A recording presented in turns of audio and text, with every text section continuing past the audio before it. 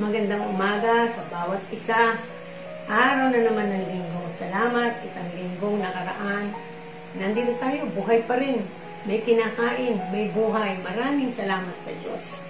Meron po tayong pag-uusapan ngayon, pero bago po ang lahat, pwede pong makibukas kayo sa akin kung saan natin ating mag-bibigyan sinasabi sa Matthew 6, umpisahan po natin sa 25. Meron lamang po akong gustong bigyang pansin dito sa mga nangyayari ngayon sa ating panahon na ito. Sabi po sa 6:25, kaya't sinasabi ko sa inyo, huwag kayong mabalisa tungkol sa inyong kakainin at sa inyong iinumin upang kayo'y mabuhay o kayo'y tungkol sa susuotin ng inyong katawan. Hindi ba't ang buhay ay higit na mahalaga kaysa pagkain at ang katawan kaysa damit? 26, masdan ninyo ang mga ibon. Hindi sila nagtatanim ni umaani o kayo nagtitipon sa kamalig, ngunit pinakakain sila ng inyong Ama na nasa langit. Hindi ba't higit kayong mahalaga kaysa mga ibon? Mas mahalaga po tayo sa Diyos kaysa sa mga ibon. Sino sa inyo ang makapagpapahaba ng kanyang buhay ng kahit isang oras sa pamamagitan ng kanyang pagkabalisa? Kung lagi po ba tayo nababalisa, lagi tayo nag-iisip, meron po ba tayong naiisip na magandang paraan para tayo ay makakuha ng pagkain, para tayo ay magkaroon ng magandang kinabukasan? Sabi pa po, sa 33, sabi po, ngunit higit sa lahat ay bigyan ninyo ng halaga ang kaharian ng Diyos at ang pamumuhay ng ayon sa kanyang kalooban, at ibibigay niya sa inyo ang lahat ng mga bagay na ito. Kaya nga, huwag ninyong alalahanin ang bukas, sapagkat ang bukas ang mag-aalala sa sarili niya. Sapat na ang inyong mga suliranin sa bawat araw. Totoo po, meron tayong mga suliranin. Ang iba, sinasabi, wala silang natanggap na SAP, wala silang natanggap na ayuda. Pero, nakita nyo, buhay pa tayo. Buhay pa po sila. Nakakakilos ba? Nakakalungkot po. Siguro napanood niyo sa TV. Ang haba-haba ng pila. Wala ng social distancing. Nagkakagulo na po sila. Nagkakaroon na po ng kaguluhan at ang mga pag-iisip ng tao hindi na nila malaman. Bakit? Dahil lagi nilang naalala wala silang kakainin. Hindi nila naalala na ang lahat ng bagay, maski ang ating kakainin, ay Diyos lang ang nagbibigay. Ang sabi po, unahin muna natin ang Diyos. Naisip ba man lang muna natin na manalangin muna? Magpasalamat dahil buhay pa tayo. Naisip ba natin, salamat Diyos, meron na naman isang araw na may pag-asa kami. Kaya ng Diyos ibigay lahat ng ating pangangailangan. Subalit ang nais ng Diyos, matuto tayo humingi sa Kanya. Matuto tayo na unahin niya. Unahin natin ang kalooban niya. Ang lahat na ito ay alam ng Diyos ang nangyayari sa atin. Alam ng Diyos ang nangyayari sa kapaligiran natin. Alam ng Diyos ang ating pangangailangan. Nilalang niya tayong lahat. Alam niya lahat ang ating pangangailangan. Kaya't mga kapatid, unahin natin muna ang ating Diyos. Unahin muna nating manalangin, magpasalamat sa ating buhay, at tayo'y humiling ng ating pangangailangan. Tayo'y Kanyang bibigyan. Sabi nga sa salita ng Diyos, hanggang ngayon, hindi pa kayo humihiling sa akin. Humiling kayo sa pangalan ng Panginoong Hesukristo at ito'y ibibigay niya. Ang kailangan lang po natin dito ay tunay na pananampalataya. Tunay na pagsamba, yung ating pananampalataya na ang Diyos natin ay buhay. Kaya't alalahanin natin lagi, kung meron kang Diyos sa iyong buhay, sapat na ang lahat. Tayo pong lahat ay manalangin. Dakilang Diyos, marami pong salamat. Meron pa po kaming buhay. Meron kaming hilinga. Merong araw. Merong gabi. Merong hangin. Salamat o Diyos. Lahat-lahat ay sa iyo nanggagaling. Maaring sa iba na iinitan sapagkat walang araw, wala silang mga ventilador, walang mga aircon. Subalit o Diyos, binigyan mo kami ng kaisipan. Binigyan mo kami ng kaparaanan upang kami ay mabuhay. Salamat o Diyos, libre ang tubig, Panginoon. Meron pa rin mga tubig na naiinom. Maraming salamat. Salamat o Diyos. Salamat sa aming gobyerno na ginagawa lahat ng paraan upang mabigyan ng ayuda ang mga tao. Lord, dalangin ko, bigyan mo po, Panginoon, ng wisdom and understanding, godly wisdom, ng bawat ahensya ng aming gobyerno, ang IATF, Panginoon, upang magkaroon sila ng wise decision kung paano gagawin sa mamamayan ng Pilipinas. At ang mga tao rin naman, Panginoon, tulungan mo sila at turuan mo. Ma-realize nila na ginagawa ng lahat ng gobyerno magagawa upang matulungan lahat. Dalangin ko, magkaisa po kami. Magtulungan po kami una sa lahat sa pananalangin, sa pagtitiwala sa iyo, Panginoon. Tulungan mo ang bawat mga anak mo, O Diyos, lalo na mga anak mo nakakilala sa iyo. I pray ng bawat isa amin ay magpanalanginan. Kung meron kami maiabot na tulong, ay tumulong po kami, O Diyos. Maraming salamat, Panginoon, sa kakayahan na binibigay mo. Salamat, O Diyos, meron pa po kami pagkakataon na katulad nito na sama-sama kami magpupuri. Sama-sama kami, Panginoon, na alalahanin ang kabutihan mo sa aming buhay. Lord, patuloy na ikaw po ang manguna sa aming, Panginoon. Sa araw na ito, this is a very good day, Panginoon, to bless you. This is a very blessed day, O God, to worship you, O God. Lord, O God, patuloy na manguna ka sa lahat ng aming gawain. Sa lahat ng ito, O Diyos, we will give you all the honor, the praise, and the glory. In Jesus' name we pray. Amen, Lord. Good morning, everyone. It's another Sunday today, another day to give praise and worship to our God. And sabi niya po sa Psalm chapter 100, verses 1 to 5, sabi doon, shout for joy to the Lord, O the earth. Worship the Lord with gladness. Come before Him with joyful songs.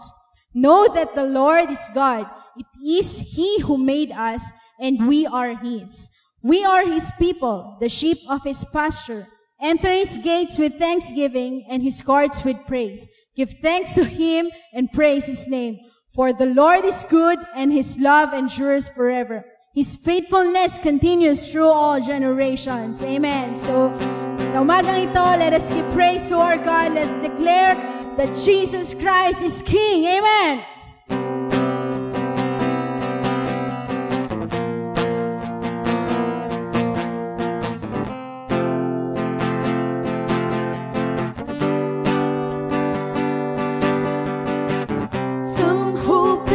Their eyes can see. We hope in a glorious sunset, in a risen and returning King. Some are chasing the treasures of this world. We run to a glorious reward, the only name worth living for. Say you believe it. Sing for the whole world to hear it. We know and we declare that Jesus is King.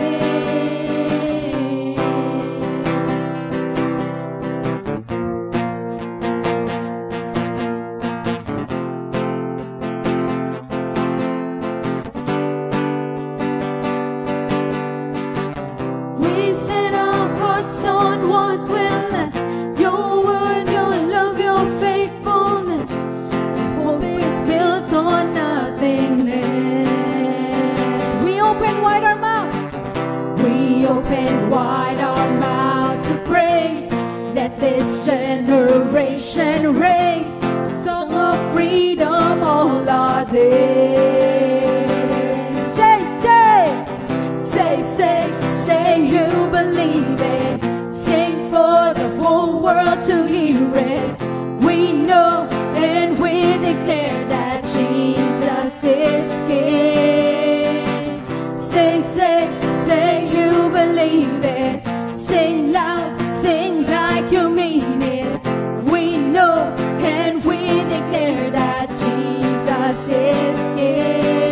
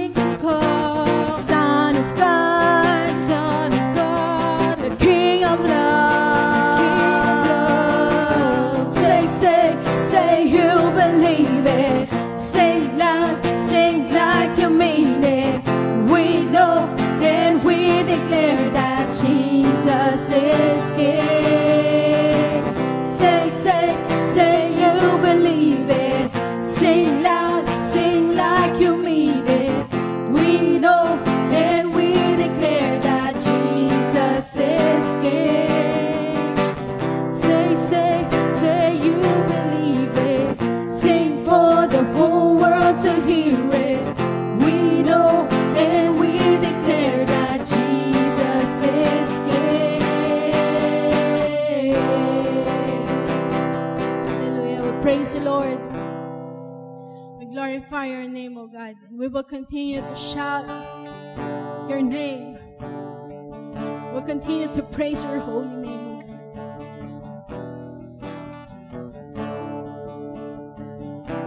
For you are the King of kings and the Lord of lords. Hallelujah. We worship you.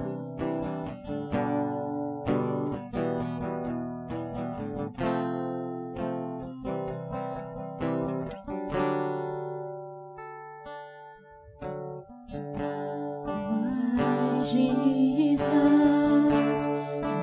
my Savior, no, there is none like you. All of my days, I want to praise the wonders of your mighty love. My comfort, my shelter, tower of refuge and strength. Let every breath, all that I am, never cease to worship you. Shout to the Lord, all the earth, let us sing. Power and majesty, praise to the King. Mountains bow down and the seas will roar at the sound of your name. I'll sing for joy at the works of your hands. Forever I love you, forever I stand. Nothing compares to the promise I have in you.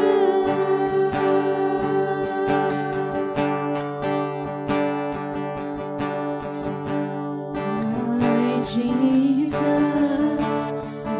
my Savior, no, there is none like you.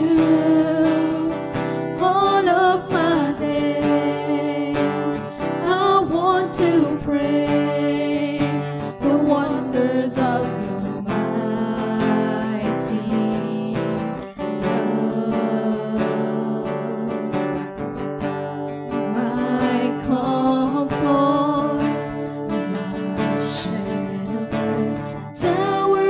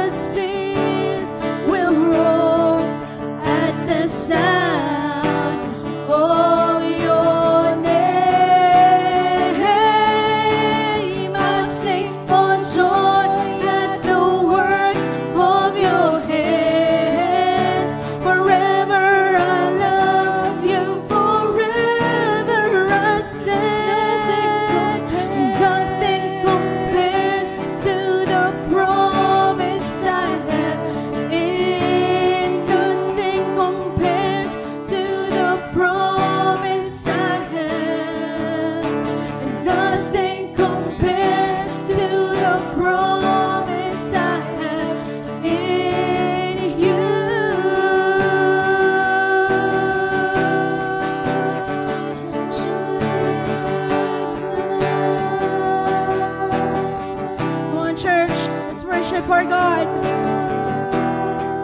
Let's shout His name. Shout praises to Him. For He's the King of Kings and He's the Lord of Lords. Hallelujah. Oh, we worship You, God. We worship Your holy name. We shout to You, God. We will shout to all the earth that You are the King of Kings and the Lord of Lords. Hallelujah. We worship You. We praise You. Let's once again shout for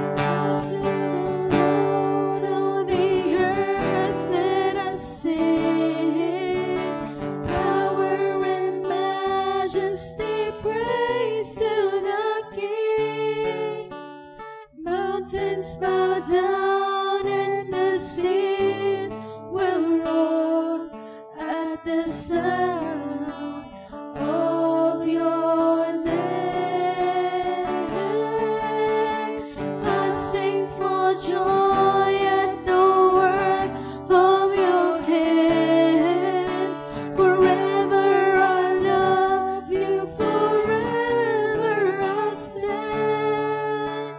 Nothing compares to the promise I have. Nothing compares to the promise I have. Nothing compares to the promise I have in You.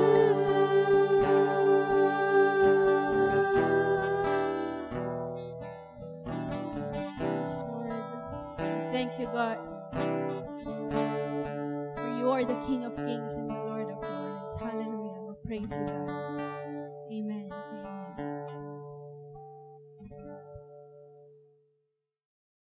Amen. Amen. Magandang umaga po. Ngayon po ay araw ng linggo, ating pananambahan via internet. Kaya maraming salamat sa Panginoon sa technology na ito. At muli ang ating tayo ay nasa isang mahaba-habang pag-iintay. Kaya papamagatan natin yung ating pangaral ngayon sa umagang ito ng pag-intay. Waiting while living in an interesting times. Diba? Waiting while living in an interesting times. So, bago po ang lahat ay batiin mo yung katabi mo, sabihin mo sa kanya, you are a blessing. At lahat ay welcome sa pangaral na ito. Tayo po ay yumuko at tayo ay manalangin. Una, Panginoon, kami nakikisa sa lahat ng pananalangin ng aming Pastora Lulu. Maraming salamat dahil ang pagkitiwala po namin ay sa iyo. Kaya mong ibigay yung aming pangailangan ayon sa iyong bounty in Christ Jesus. Kaya maraming salamat, Panginoon, sa kakayahan, sa buhay, kalakasan, kalusugan, at katinuan ng pag-iisip. Salamat at patuloy kaming humingi ng tulong na yung Banal na Espiritu para kami ay patuloy na mag-survive dito sa pandemya na ito, Diyos, at hindi po mawala yung aming panampalataya, kundi lalo pa tumaas ito ang antas. Kaya salamat o Diyos sa lahat ng ito. In Jesus' name we pray. Amen. Po. Yung pamagat po ng ating pangaral ay kinuha ko po yun sa isang Chinese proverb. Kasi parang nagkaroon ako ng interest. Kasi sabi nga po, ang COVID virus ay nanggaling sa Wuhan. So China po yan. Hindi po natin ngayon ay pinagtatalunan kung yung bang virus na yan ay man-made o natural virus na nag-transfer lang from hayop to human being, no? So, ang sabi po sa Chinese proverb na yon, may you live in interesting times. Ito pong proverb na ito ay nasa iyo po. Pwede yang maging negative at pwede din yang maging positive ayon sa iyong kalagayan ngayon at kalagayan din ng isip mo at kung ano yung kalagayan mo kung ikaw ay mananampalataya o hindi mananampalataya. Salamat sa Diyos dahil kasi marami naman ang Biblia ay nagbibigay po ang Panginoon ng mayamang antidote o panlaban, no? Pagdating sa mga pagkakataong tulad nito, no po. Ang kailangan lang natin ay patuloy tayong maghintay. No? Sa ating paghintay ay sabi nga po, ang buhay ng tao ay nauubos niya, 1/3 of our life ay nauubos sa paghintay. Sa ngayon po, mga panahon to, yung meron po naghihintay ng 3 hanggang 4 na oras para makakuha lang ng social amelioration fund. No po? At yung mga iba naman naghihintay kung kailan nabubuksan yung kanilang industriya para sila makapagtrabaho na. Dahil marami naman po mga Pilipino na ayaw lang nila na parang namamalimos ka ng awa sa pamahalaan. Mas nanaisin pa ng maraming Pilipino na magsikap, magtrabaho, no, at hindi po umasa sa pamahalaan.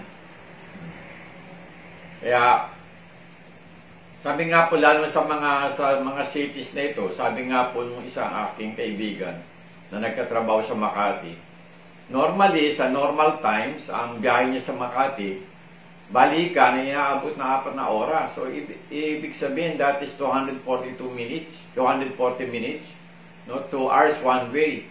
No? Isipin natin, no? At anong ginagawa niya habang nag-iintay siya hanggang makating sa kanyang biyahe sa Makati? So, doon niya na ginagawa yung kanyang devotion, doon niya na ginagawa ng pagbabasa ng Bible through his cellphone. Po.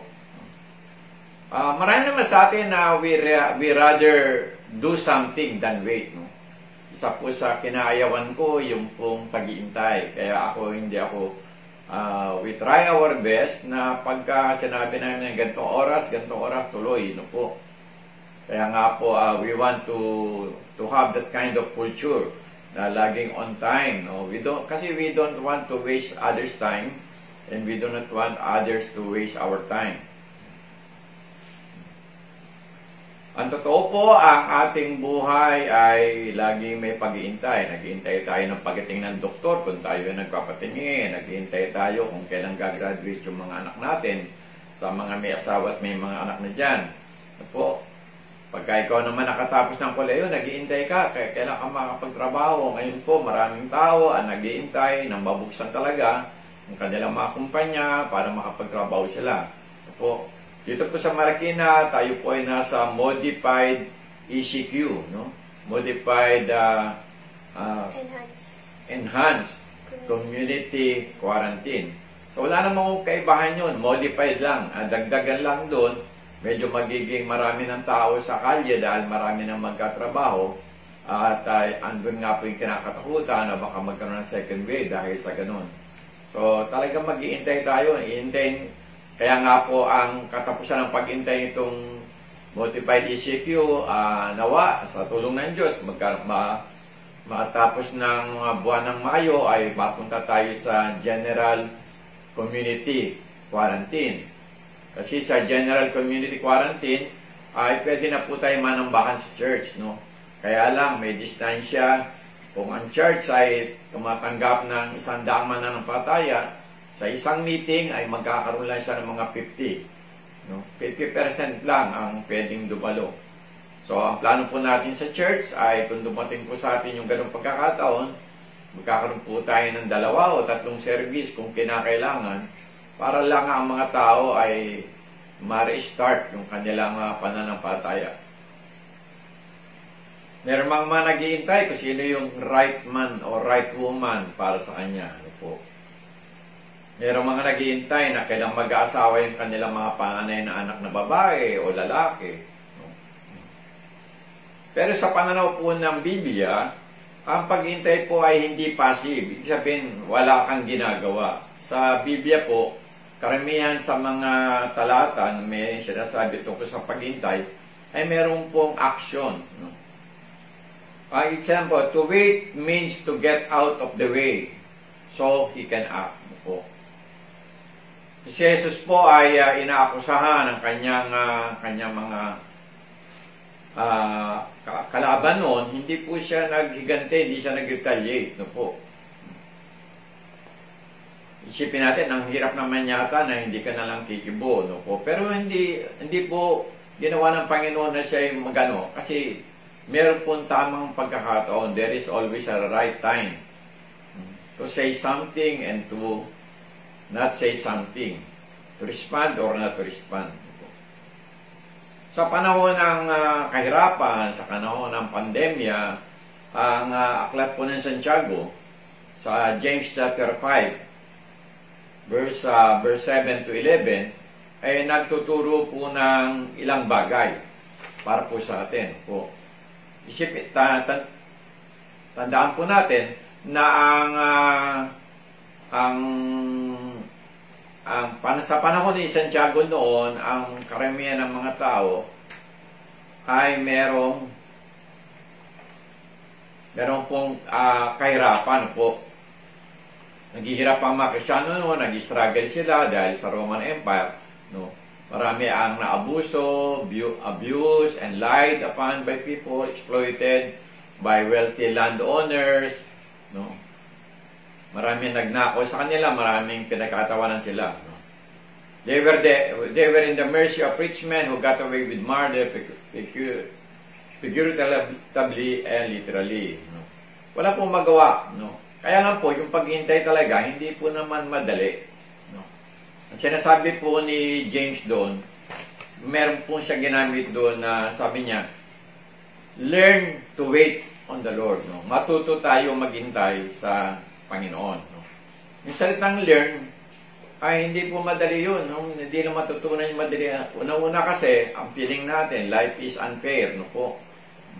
Yung pagka mayroong unfairness, mayroong mga ganitong kaguluhan, no po? Isip natin, hindi naman ako dapat ganito. No? Ngayon, ano magagawa natin? Katulad ngayon, no? Tayo ay nag-iintay na magkaroon tayo ng panibagong normal style of living, no? After the pandemic. Una po, sabi po ni James, I wait expectantly. No? Ito po yung makita natin sa aklat po ng Santiago, James chapter 4, verse 7 to 8. Ang sabi po sa James chapter 4, verse 7 to 8, sabi po niya, be patient then, brothers, until the Lord's coming. See how the farmer waits for the land to yield its valuable crop, and how patient he is for the autumn, the spring rains. You too, to be patient, it's time firm, because the Lord is coming near. No? So, tingnan niyo po yung salitang consider. No? Sabi nga, tingnan mo ang magsasaka. Alam niyo po, ang magkasaka, hindi po siya nagtatanim na walang inaasang ani. No? Pero siya ay nag-iintay na yung kanyang tinanim na nagsimula sa isang punla, ito ay tumubo at lumago. Po. Ang ano po, sabi nga po, pagdating sa larangan ng evangelism, ang nagtatanim tayo, pero ang nagpapalago ay Diyos. So kailangan maghintay tayo paano papalaguin ng Diyos yun. At sikapin din natin, pag tayo ay nagtanim, magtanim tayo ng maayos na po. Hindi ka pwedeng umani ng kamatis kung hindi panahon ng kamatis, kahit magtanim ka ng maraming kamatis. Kung hindi naman panahon ng kamatis, wala pong magbubunga. Meron ka lang mga puno ng kamatis, pero hindi namumunga. Iniisip din ni Santiago yung may tinatawag siyang fall and latter rains or in the spring. So may panahon ng tamang panahon ng pagkatanim. No po. Ngayon nga po ay sabi nga ng misis ko dahil po nagkahirapan ng isa sa gamot na ginagamit niya sa mata, pero meron kaming alternate na nakikita through the nature, yung pong malunggay. So, sabi ng misis ko, tanim daw ako ng maraming malunggay. No, it's very hard na magtanim ng malunggay ngayon kasi masyadong taginit, namamatay yung malunggay. Pero anyway, we will try our best. Alam ko naman na si Lord ang magpapaano nun. Pagka tayo po ay nagtanim, dapat tagin natin sa isip natin, James chapter 5 verse 7 to 8 po. Lagay po sa isip natin yung salitang eventually. Ano nyo po? Pag nagtanim ka, eventually tutubo din yan. Kaya nga po may kasabihan tayo sa Tagalog, pag may tinanim, merong aanihin. So eventually, pagka gumawa ka ng mabuti ngayon, eventually aani ka ng kabutihan. What you sow, you shall reap. Na po. Kaya lang, ang maraming mga tao ay kulang ng wala sa kanilang vocabulary yung salitang patience. No po. Wala din sa vocabulary ng maraming tao yung tinatawag na long suffering. No po. Meron tayo short suffering, okay lang yun, short suffering. Pero long suffering, medyo mabigat-bigat yata yun. No po. Pero pagka tinignan mo yung example, yung illustration ni Santiago, ang ginamit niya doon, farmers. Ang farmers ay talaga naghihintay yan. Minsan ngayon, tanim ng farmers kung kailan malapit na anihin, tsaka na mababagyuhin o magkakaroon ng tagtuyot. Pero matyaga po ang isang magsasaka na maghintay po. Kailangan po na yung salita po sa verse 8, ang sabi po sa verse 8 doon, sabi po, you to be patient and stand firm. Pag sinabi po yung tataganan mo yan, no? Katulad sa mga panahon ito, ang panahon na ito ngayon ay patatagan, no po. Hindi ka talagang pwede makaasa sa gobyerno dahil maraming inaasikaso ang pamahalaan. Hindi kayang bigyan ng gobyerno ang lahat ng Pilipino na Social Amelioration Fund. Po. Maraming kwenta na lumalagay sa internet pero I doubt po kasi marami din naman pinagdadaanan talaga yan. Pero yun nga lang po, ang ibig lang sabihin nung pong stand fast. Sa ibang translation yun, stand fast o stand firm. Sabihin mo babol, huwag kang mabahala, huwag kang mayanig, no po? Kasi eventually, matatapos din yung COVID na yan. Sa pagtutulong-tulong natin na lahat ng mamamayang Pilipino, eventually, mawawala na ang quarantine. No? Hindi natin alam kung kailan, but we have to wait. At tayo ay magdahan-dahan na magbalik sa ating new normal. Sabi nga po. Sabi ng mga espesyalista, ang new normal sa Pilipino will be sometime in July or as far as September. Pero sabi nga po, ang new normal sa education ay sometime in August. Wala po nakakaalam. Ang totoo lang po, wala po nakakaalam. Pero ang alam po natin gawin, kung magtutulong-tulong ang mga Pilipino na pangunahan, lalo na ng mga mananampataya, ang pagsunod sa protocol ng pamahalaan, makakabalik tayo na mas maaga sa tinatawag pong new normal. Sa ibang translation po ng verse 8 na yun, sabi po, be patient like those farmers. Don't give up. Huwag po tayong mag-give up. No po. Meron pong isang tatay na nasa bahay na siya, tinawagan siya ng kanyang kumpanya, sinabi, punta ka dito sa kumpanya, may paggagawa lang ako sa iyo. Ngayon, ang sabi niya sa anak niya, lika anak, sama ka para malibang ka naman.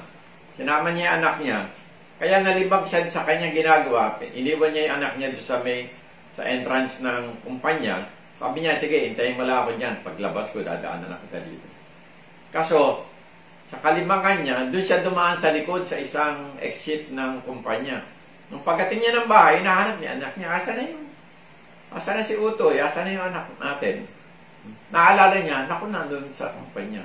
So, binalikan niya yung kanyang anak. Ang sabi naman ng kanyang anak, hindi naman po ako natakot. Tay, kasi alam ko naman na darating ka.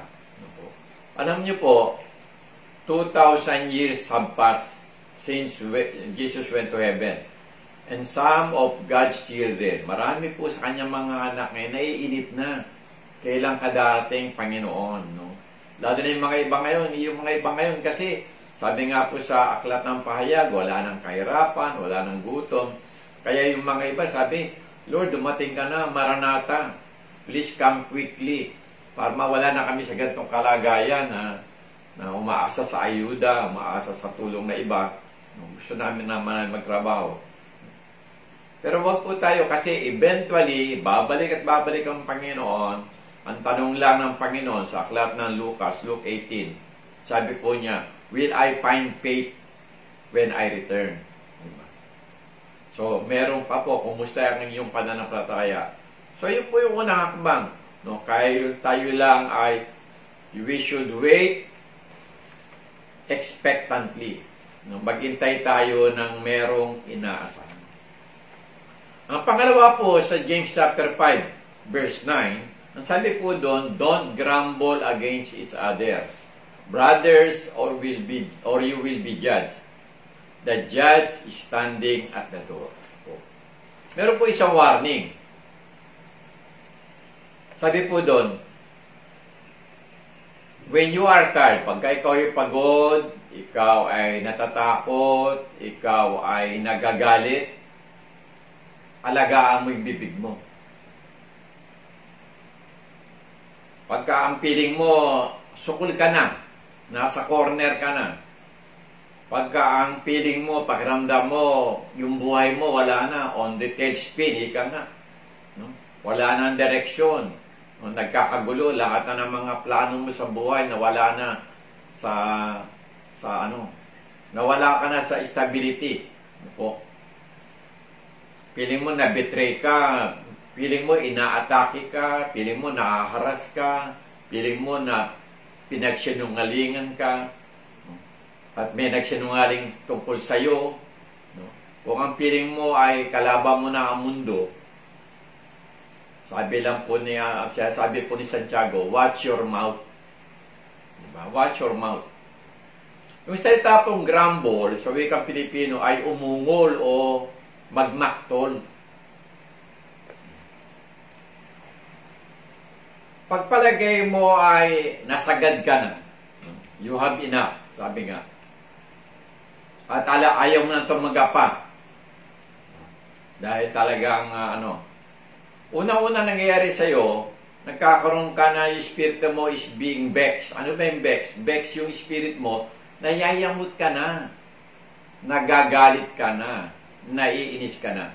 Pangalawang nangyayari, panay na ang buntong hininga mo paloob. You sight inside, papunta sa loob. Pangatlong nangyayari, you sight outside. Bumubuntong hininga ka palabas. Dati paloob, ngayon palabas. No? Kumbaga ang picture niya na yung isang baka na merong apoy na lumalabas sa ilong. Ang pang-apat na pwedeng mangyari sa iyo, ito na yung magsisimula ka ng mag-grumble.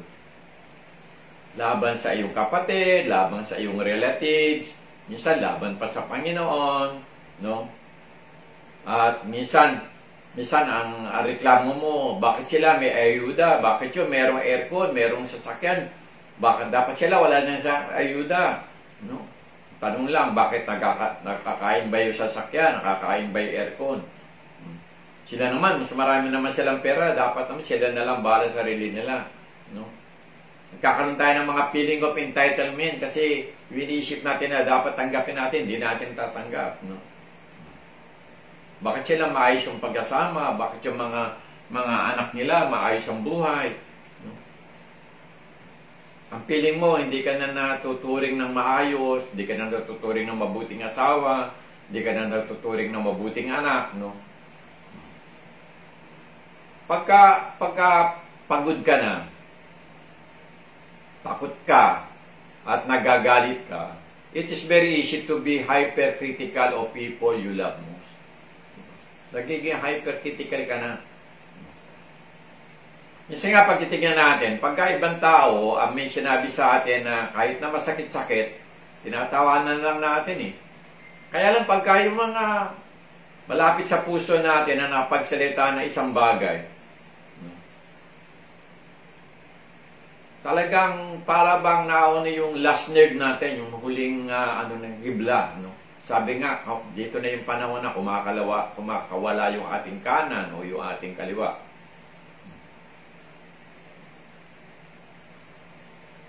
Dito na tayo napupuno, we blow our top, nagagalit tayo, we lose our cool, hindi na tayo cool, no?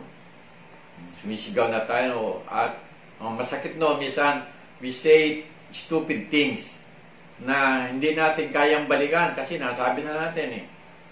Ang sinasabi ni Santiago, don't do it. Don't give in to anger. Maaaring nakakatawa pero nakakainis, na nakagagalit. Nung katwiran nung nag-post sa Facebook, sa Twitter niya, na magbibigay siya ng 50 million para sa makakapatay kay President Duterte. No? Hindi ko alam kung anong talaga nangyari sa kanya, pero sabi ng NBI sa Dagupan, ang tao daw ito ay gusto lang magpapansin. No? Ngayon, marami nang pumapansin sa kanya. Meron na rin nag-isip, meron na rin nagbabasa kanya, napapatay na rin siya, kikidnapin siya, no? Gagawin, titila rin yung kanyang laman, no? Papakain sa buhaya, papakain sa sawa, o ano-ano sinasabi sa kanya.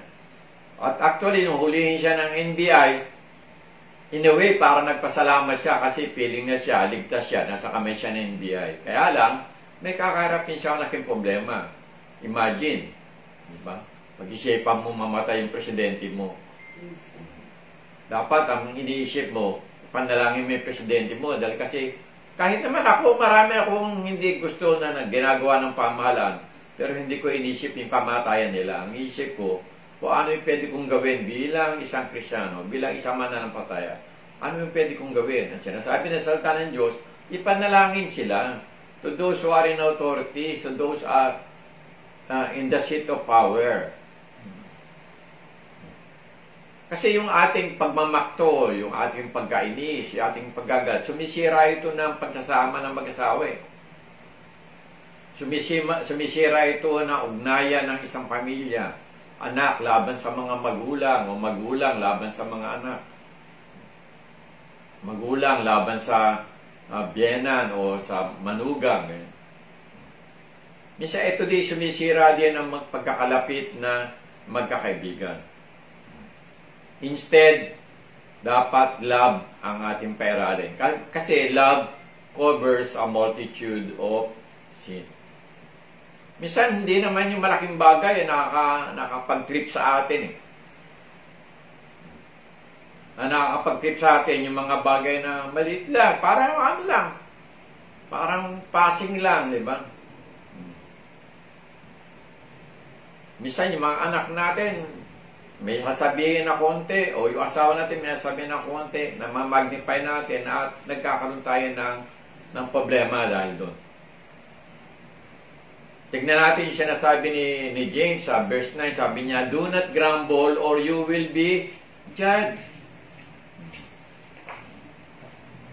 All finders will be found out. Yung pong wala nang titignan, kundi yung puna-puna, dating po yung panon, mapupuna rin sila. Sabi po doon ni James, you will be judged.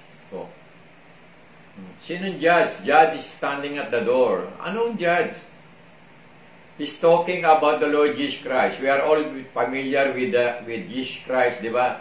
Sa Revelation chapter 3 verse 20, sabi ni Lord, I am knocking at your door. Diba? Waiting us to open the door. It's a beautiful picture ni Lord na nag-iintay para magkaroon ng fellowship sa atin. Pero yung kabilang nun, pag-intayin din natin, pagdating ng Panginoon, He will be the judge of all. He will be the judge of the living and the dead. Kaya sa panahon ito, iwasan natin, no? Huwag naman na overzealous tayo sa ating mga pag-iisip, no? Huwag tayo mag-overthinking. Kung talaga maghahanap tayo ng mali sa gobyerno, marami tayong makakita. Kung talaga ang hinahanap natin ay mali ng kapwa natin, asawa man yan, kapatid, o kasama sa church, marami tayong makikita kasi yun na hinahanap natin. Bakit yun ang hinahanap natin?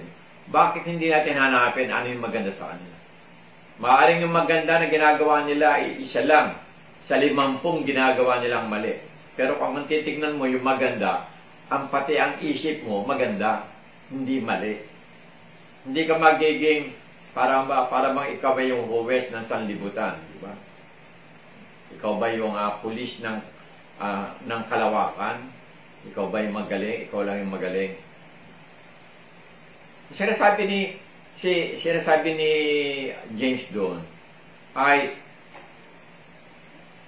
magkaroon din tayo ng konting takot kasi pagbabalik ng Panginoon, ma-expose naman talaga kung sino tayo eh. Mahusgahan, ano pa yung ginawa natin nung tayo ay maging mananampataya. Baka naman yung ginawa natin, di ba? Ang ginawa natin ay hay lang o gawa lang sa kahoy, gawa sa metal, di ba? O gawa lang yan sa mga maliit na bagay. Meron nga daw isang Kristiyano na mapansin o kritiko nung siya ay andito. Bagamat siya ay ligtas na nakarating sa langit, pagdating niya, sabi niya kay Lord, Lord, asan yung pangako mo na mansion ko? So, pinakita sa kanya ng Panginoon, no? Na yung kanyang mansion. Yung mansion niya ay yari sa Kogon. Yung bang, parang grass yan, yung damo na mahaba. Kogon. Yari sa Kogon yung mansion. Pero mansion, malaki. No? Meron 15 kwarto. No? Pero yari sa Kogon. Sabi niya, akala ko Lord, ang mansion, bakit Kogon? Sabi, yan lang ang pinadala mo eh. Pag-isipin natin, yung pinagagawa natin ngayon bilang isang mananampataya, ang ginagawa ba natin ay hay? Ginagawa ba natin ay Kogon? Ang ginagawa ba natin ay damulang? Di ba? Kasi yung ginagawa natin, yan yung gagawing mansyon natin. So, isipin mo na ngayon, kapatid, kumusta ang magiging mansyon mo? Kung wala kang ginagawa, yun mas batindi. Asa ka pa magkakaroon ka ng mansyon, wala ka namang ginagawa. Alam niyo po yung grumbling spirit, yung pagmamaktol na yan, yung feeling, parang nakikita ko po kasi ngayon, sumisira ngayon ang ating lipunan, yung sense of entitlement. No? Na dahil mahirap ako, wala akong anak buhay, entitled ako, tutulungan ako. Kaya, pag tinulungan mo, halos hindi nagpapasalamat eh. Kasi entitlement eh.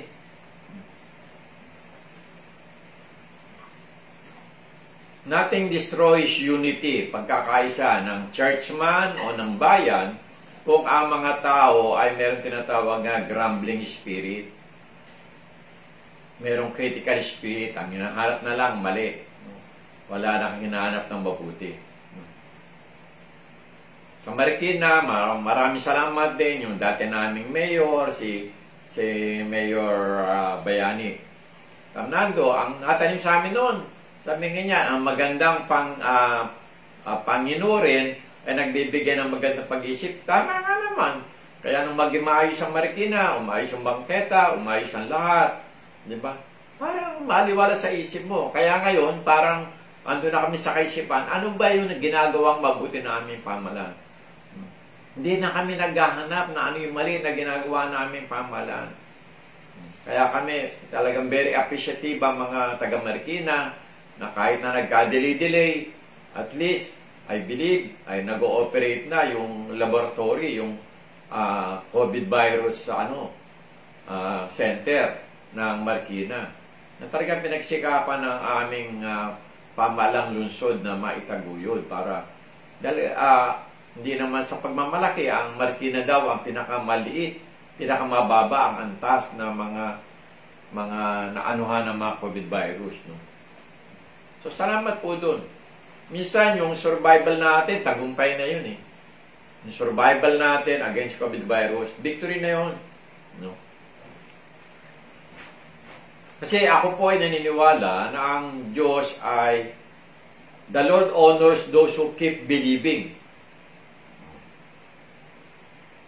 To do something than to walk away. No? Sabi nga po din doon, sabi nga po sa Hebrews 11, verse 35 to 38. Ito po yung karnasan ng mga mananampataya noon. Sabi niya, other people were tortured, not accepting release, so they might gain a better resurrection. Others experienced mockings and scourgings, as well as bands and imprisonment. They were stoned. They were sewed into two. They died by the sword. They wandered about in sheepskin, in goatskin, destitute, afflicted, and mistreated. The world was not worthy of them. They wandered in desert and on mountains, hiding in caves and holes in the ground. Sino to? Ito yung mga babae at lalaki na hindi lumuhod sa harapan ni Baal. Ito yung mga babae at lalaki na talagang pinagsikapan na ipamuhay yung kanilang pananampalataya. Sila yung mga katribo ni Joshua na nagmarcha kasama ang ibang mananampalataya nung panahon na yon around Jericho. Sila yung mga kasama nila Shadrach, Meshach, and Abednego na ayaw lumuhod sa isang gintong image ni Nebuchadnezzar. Sabi nga po, these others are saints of all ages who regarded faith in God as more than life itself. Ito yung buhay ng mga mananampalataya sa ngayon. Ito yung buhay ng mga mananampalataya sa Nigeria, sa India, sa China, sa Pakistan, even dito some part of the Philippines, lalo na sa southern part, na nakadeclare na pag pumasok ka ng Cotabato. Diba? Makikita mo doon, welcome to the Islamic country. Islamic country na yun. Sabi ni James, sabi niya, consider Job. Si Job, alam naman natin ano yung naranasan ni Job. Pero hindi niya binigay yung kanyang pananampalataya. Hindi niya binaba. Kahit na yung sinasabi ng asawa niya, sumpain mo ang Diyos mo dahil sa paghihirap mo. Diba? Ano sabi niya? Atin lamang alalahanin ng Panginoon pag sa mabuting pagkakataon, pagka sa mahirap, susumpain na natin. Hindi siya bumigay. Alam niyo po, meron nga pong kasabihan, you may learn your theology in the sunshine, but you discover your theology at midnight. Sa panahon ng kahirapan, sa panahon ng interesting times, masusubok yung pananampalataya mo. Kaya nga sinasabi, faith that is not tested is nothing but theology. Sabi din po sa verse 11, the Lord is full of compassion and mercy. Pag sinabi po yun, sa Greek translation nun, ang ibig sabihin nun, full of tenderness, kahabagan. Paano tayo magsusurvive dito sa COVID virus? Magsusurvive tayo sa COVID virus, how we view God. Ano ba ang pagtingin mo kung sino ang Diyos? Ang Diyos ba ay full of tenderness and overflowing with mercy? If so, you may be knocked down by these circumstances, but you won't stay down forever because the Lord will pick you up. Sometimes, victory looks like survival, and survival looks like victory. Marami tayo sinasabi na life is not fair. Wala naman nagsasabing life is fair. Di ba? But sometimes we can do what we can do on things na sinasabi natin life is not fair. Is what we can control. Ano response natin na makakontrol natin? Do we respond in anger? Or we respond in thankfulness? Or we respond in prayer? Kahit naman sino, makapagsasabi sa atin ng masama o mabuti. Hindi natin makakontrol yun. Katulad nga yung nag-post ng 50 million na para sa kamatayan ng presidente, nakontrol ba nila yun? Hindi nila makakontrol yun. Ang kontrolado niya, response sila. Ano response sila? Nahuli siya. At I believe, haharap siya sa isang malaking problema. Dalawa-una, hindi na siya magaling magturo. Teacher pa naman siya. No? So, hindi siya matatanggal na yun, I believe. No? Huwag naman sana matanggal din yung kanyang nanay. If we believe that God is in control of our lives, and if we believe our enemies could not trouble us without His permission, and if we believe that God is full of compassion and mercy, and we believe that Jesus Christ will come back soon. We may be waiting on God right now in these interesting times. Ito ang masasabi ko. Sinabi din ni Santiago. We must wait expectantly. Huwag tayo magulimahanan. Buhay ang Diyos. Alam ng Diyos yan nangyayari sa atin. Wait graciously. Huwag tayong magpanik. No? Huwag tayong matakot. Yung fear, palitan natin ng faith. Yung panic, palitan natin ng kapayapaan, ng peace. Yung entitlement, palitan natin ng thanksgiving. Yung pangatlo, wait patiently. Wag natin kunin yun in our hands, no? Ang issue ay hindi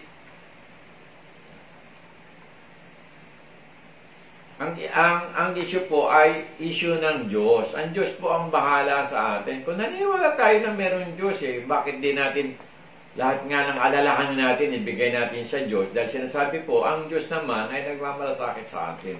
No? Kailangan lang punuin natin yung labi natin ng pasalamat. Every time that we are eating something, we should thank God. May kinakain pa tayo.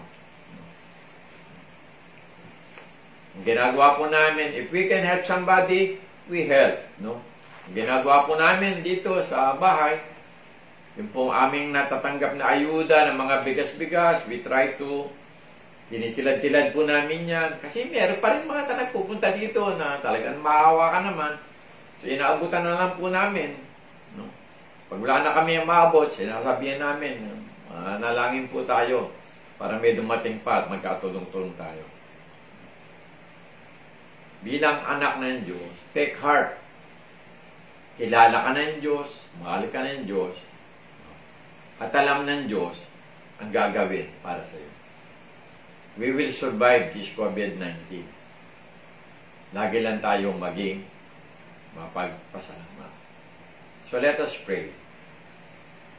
Dakilang Diyos na may gawa na langit at lupa, una po, patawa dahil maraming pagkakataon na nakakalimutan siguro namin na makapagpasalamat. Minsan nakakain na po kagad kami na hindi pa kami nakapag-pray ng pasalamat. Tawarin mo po kami doon. At tulungan mo po na dagdagan pa yung aming pananampalataya. At patuloy kaming magtiwala sa iyo. Tulungan mo, Panginoon, na mawala yung takot sa mga puso namin. Ito'y mapalitan ng iba yung pagtitiwala na ikaw ang aming sovereign God. Alam mo ang gagawin mo. Alam mo yung magandang plano mo sa amin. A plan to prosper us, not to harm us. A plan to give us hope and a very good future. Salamat, Panginoon. Anuman ang mangyari after this COVID virus, O God, we will keep on thanking you. We will keep on trusting you. We will keep on going and winning and making disciples. Salamat, Panginoon. Patuloy na humingi pa kami ng ibayo pantulong ng Banal na Espiritu para yung mga bagay na nawawala sa isip namin ay magawa namin, Panginoon, that will give glory and honor to your name. Lord, we are in an interesting times and we want these interesting times to be perceived sa amin, Panginoon. Kasi kaya mong gawin, Panginoong, mabuti ang lahat ng bagay para sa lahat ng mga umiibig at nagtitiwala sa iyo. Salamat, O Diyos. Pagpalain mo ang bawat isa. In the name of the Father, in the name of the Son, in the name of the Holy Spirit, God bless us all. In Jesus' name, Amen. Amen. Tayo po ay patuloy lang po tayong maghintay sa further instruction kasi po tayo ay nasa modified ECQ. Ayon po sa guidelines na pinalalabas ng IATF, ang church meeting o ang mga meeting sa church ay pwede lang mangyari sa mga lugar na meron ng GCQ o General Community Quarantine o Yun po ipanalangin natin na tayo po ay graduate na dito sa ECQ at tayo mapunta na sa GCQ dahil pero we take this time na restart natin yung pananampalataya natin na napapansin namin na yung mga kabataan ng church ay kung ano nalalagay sa Facebook para nawala na yung kanilang pagtitiwala sa Diyos. No po? Magkaroon tayo na ibalik natin. Kumusta na yung mga devotion natin? Kumusta na yung ating winning sa mga primaries at mga leaders ng church? Kumusta na?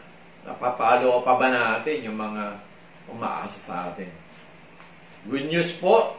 Maraming salamat dahil meron pong mga ilang tao na mga ministry partners natin na tumutulong po sa atin para mabigyan pa ng ayuda yung mga ibang kapatid natin na talaga naman po nangangailangan na po. Hindi ko po maipangako na lahat ay magkakaroon, pero lagi lang tayong maging mapagpasalamat. At panalangin natin na ang church, sa tulong ng Diyos, at ang mga tao ay matulungan din tayo, may pagpatuloy natin yung pagtulong sa ating kapwa. They don't need to be a member of this church or disciple of the church.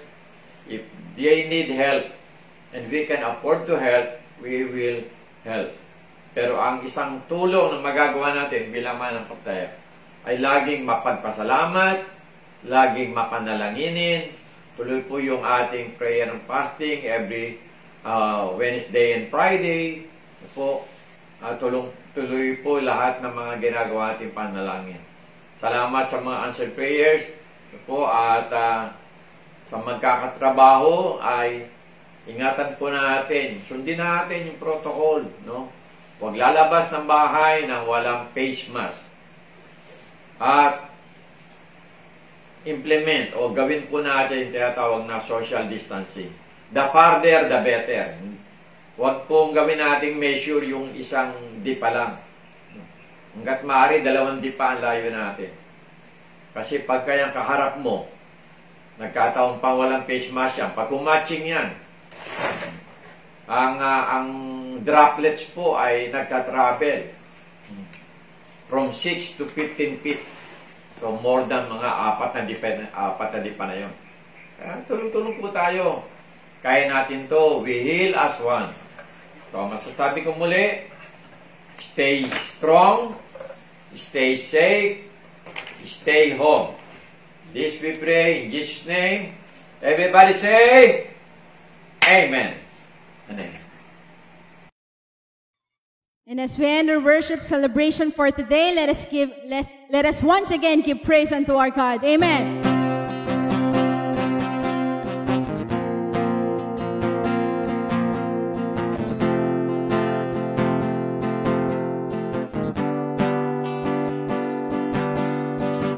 Some hope in what their eyes can see.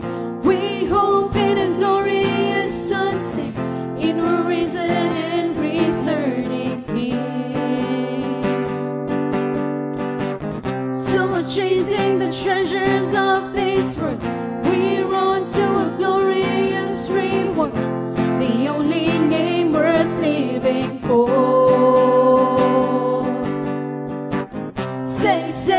Say you believe it.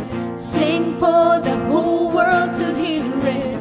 We know and we declare that Jesus is King.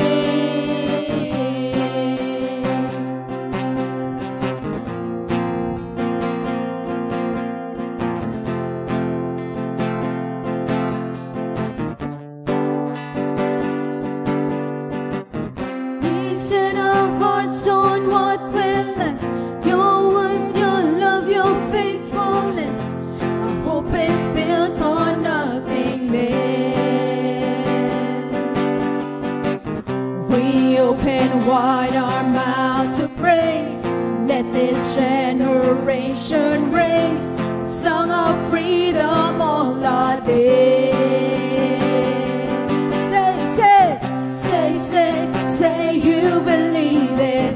Sing for the whole world to hear it. We know and we declare that Jesus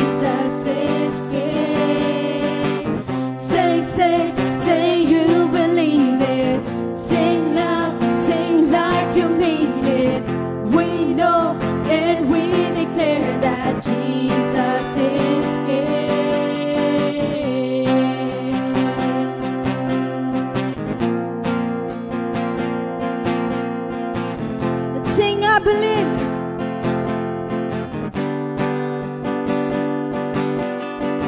I believe.